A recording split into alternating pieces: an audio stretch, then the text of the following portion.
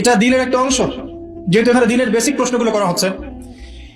এখানে নবী সাল্লাল্লাহু আলাইহি ওয়াসাল্লাম বলছেন, মাল মাসউলু আনহা বিআ'লামা মিনাস সাইল। এই বিষয়ে প্রশ্নকারী এবং উত্তরদাতা উভয়ের জ্ঞানী সমান। প্রশ্নকারীর চেয়ে উত্তরদাতা বেশি জানে না, মানে এক্স্যাক্টলি কোন ডেটে, কোন সালে, কখন কিয়ামত হবে কেউ বলতে পারে না। কেউ পারবে?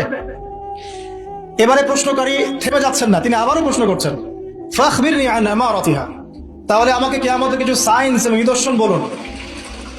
কিয়ামত কবে হবে এক্স্যাক্টলি আমরা বলতে পারছি না, কিন্তু আমাকে কিছু নিদর্শন বলে দিন।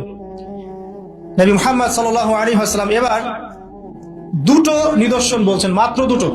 লক্ষণীয় বিষয় হচ্ছে যে নবী সাল্লাল্লাহু আলাইহি ওয়াসাল্লাম সারা জীবনে কিয়ামতের শত শত নিদর্শন বলেছেন, তিনি এই হাদিসে মাত্র দুটো বলেই শেষ করে দিলেন। দুটোর মধ্যে একটা হচ্ছে ওয়ান তারাল উফাতাল উরাতাল আলাতা রিয়াশাই ইয়াতাতাওয়ালুনা ফিল বুনিয়ান ওয়া আন তালিদাল আমাতু রাব্বাতুহা। এই দুটো।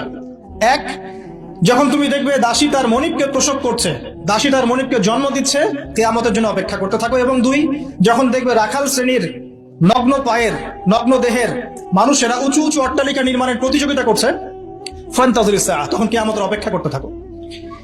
লক্ষণীয় বিষয়, নবী সাল্লাল্লাহু আলাইহি ওয়াসাল্লাম সারা জীবন শত আলামত বলেছেন কিয়ামতের, কিন্তু এখানে মাত্র দুটো। এরপরে এই ব্যক্তি চলে গেলেন।